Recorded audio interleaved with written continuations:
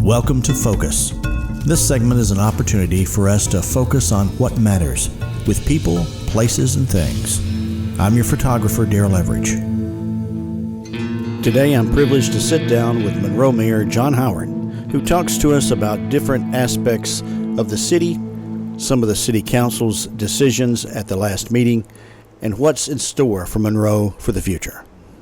Tell us a little bit about the job going into it. Is there anything you encountered you didn't think that you were going to encounter? No, I'm lucky in that we are a weak mayor system, meaning that the council has full leadership as a group, and I look at my role more as a liaison. And I lead the meetings, and I get to sign proclamations, and I'm the face, no matter how pretty it is not. But there's not a bigger cheerleader for Monroe, and Monroe needs somebody to share the good news. I mean, we've got a great thing going, and the mayor's job is only as active as the city mayor chooses to make it. During the last city council meeting, 3 developments, 2 were denied and 1 was tabled. Can you tell us a little bit about those? One, right. And we did not table that. That particular developer asked to have it tabled. We have a corridor overlay district that has landscaping requirements, impervious surface requirements. In the particular lot in question, the developer bought the lot, came forth with his plans.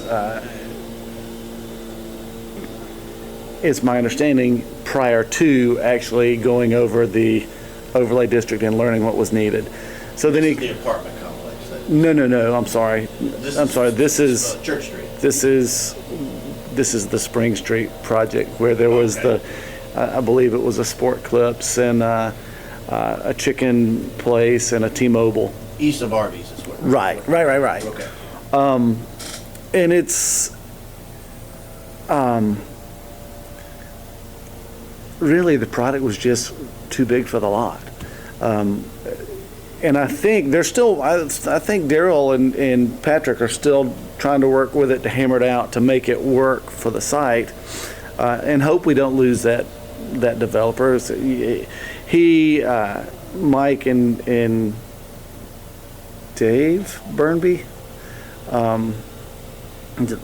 nice gentlemen. They want to do what's best, but we have to understand that when we have folks come in from outside to bring a development here, developers are in business to make money, and they're to make as much money as they possibly can. We are in business to protect our asset, and there are a lot of things that come into play, but the first one is this corridor overlay district that was approved by the council in 2014.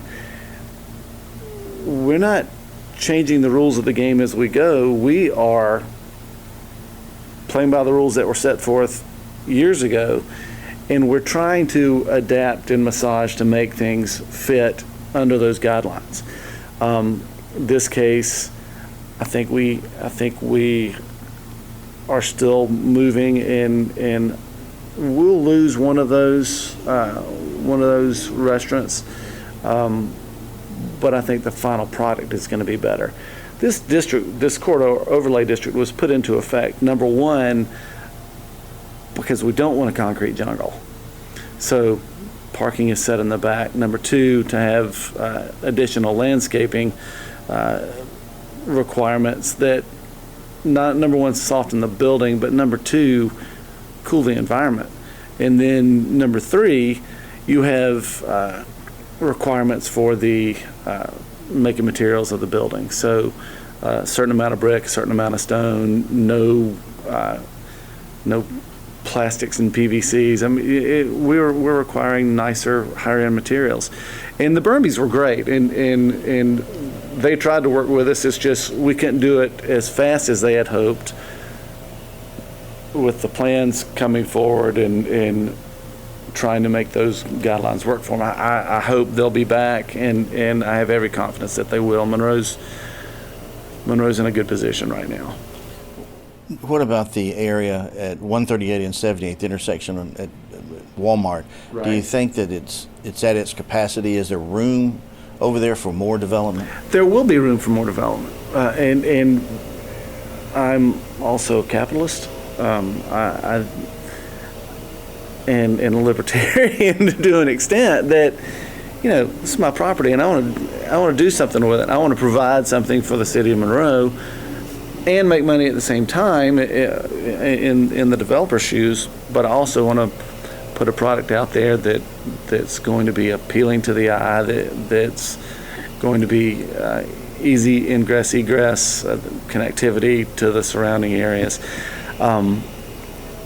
It's our understanding that DOT is going to do intersection improvements in that area in the immediate future. I was under the impression that they would have started that by now, but DOT's got a lot on its plate, especially in our area. We're looking, they're doing testing on the truck route right now. They're doing land acquisitions right now. We have future expansion and redesign of the on-ramps and off-ramps from 78 onto Broad Street. We have a new road that's going to be running in the Charlotte-ROWELL area right back to Broad Street, where we have a development that's coming in at the July 2nd meeting for our final, the retail development that we've been discussing for years and years and years and years is coming to fruition. So we're really excited about that. One of the things on the city council's meeting that day was an apartment complex. Right, 216 units. And that was denied. What was the specific reason for that? Well, there are a lot of reasons. The main one being the multifamily residential development, in our opinion, should go at the periphery of a commercial development like this. There was this, and it should be last. This one was going in first, and it was adding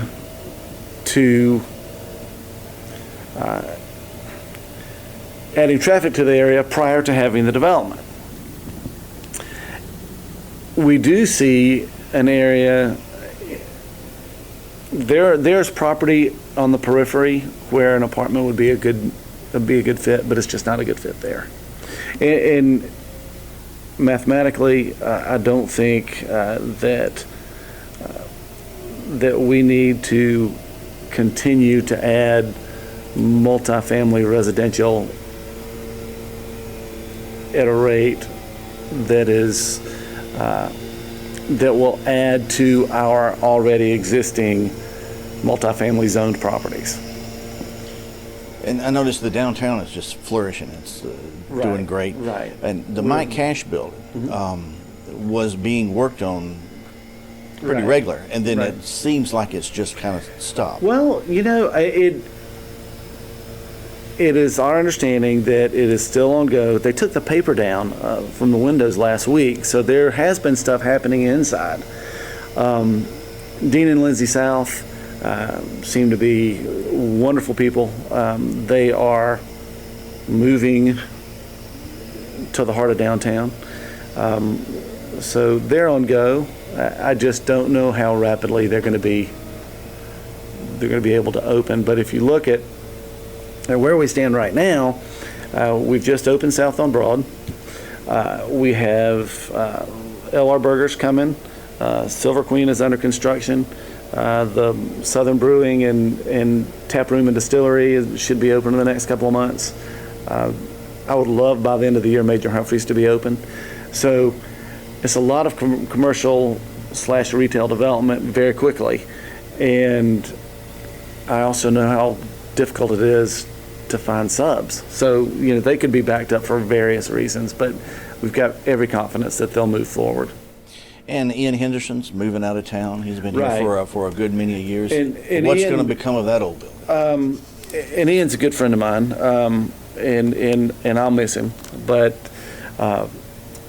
he had, I believe, been there for 7 or 8 years. And the holders own the property and have chosen to go another way. It's my understanding that it will remain an antique mall, but they also have a master plan that they want to stick to. So with the senior flats under construction right now, maybe a future restaurant, maybe additional stores, they could have an expansion of Made in Monroe. So there are a lot of moving parts over there, and I'm going to let you really go further with Rick and Whit and Gable Holder. I mean, they're just a fantastic group. They want what's best for Monroe, and they're also not going to do something that is going to adversely impact our town. All those out there that's opposed to the new sidewalks. There's a certain group of people on social media that talk that down anytime that subject comes up, and more so on North Broad Street. What they wonder is who is going to go past Marable Street. Well, here's the thing. We are in everyday competition, and it's competition with other communities. When people want to move here, people want to get out of the overly congested areas to our west, and we want them here. We are making ourselves competitive by being attractive. The number one thing people look for, according to the Urban Land Institute, when they move to an area are sidewalks and trails. Okay. Number 2 is public schools. Our public schools have turned the corner and are doing a bang-up job. Nathan Franklin, Alan Satterfield at Carver has done an outstanding job. The team at Monroe area is amazing. So I feel real comfortable there that kids are going to get a really good education here. But we also want them to be able to walk places. Don't want them walking in the street. We don't want our entire town to look like it's been neglected for 50 years. We're putting in quality. You will see redevelopment of Broad Street as Charlotte ROWELL develops, as that commercial shopping center develops, and maybe future apartments around the periphery of that. Broad Street, we have a large property out there that has a ton of potential, and I can't really speak on what's going on there because I don't know. It's privately owned. They I'm sure have their own plans. But look down South Broad. Look what's happened there. A lot of foot traffic. Look on Spring Street. Ton of traffic. And the same thing is going to happen here. I don't know why anybody would be opposed to it. What about what's the future for Monroe? In your eyes, what do you hope to accomplish? The future for Monroe? We want to continue smart growth. We want to address our traffic situation, but we need help. This is a lot of DOT, a lot of screaming, clawing, and gnashing of teeth to get things operating, to get the trucks out of downtown. And I think the best last question would be, when can we expect the Publix to open? I can't admit that it's going to be a Publix. It seems to be that Publix is the grocery store of choice by this particular developer. I can't give a timeline because I'm not the developer, but they will be here for final approval of their development plan next week. And they should be closing on the property in the fall, and hopefully they'll be starting construction before the first of the year. So on that kind of timeline, I can't imagine it would take more than a year for construction. The really cool thing is they have a group of a group of retailers that are all set to go. So when they announce, they're not only going to announce the grocery store, they're going to announce all the peripheral satellite companies that'll be with them. I can't say all. You're going to have a couple of smaller retail shops that won't be filled, but the main anchor tenants will. And folks are going to be excited. And folks are going to complain about traffic. And it's our job to make it as safe and efficient as possible.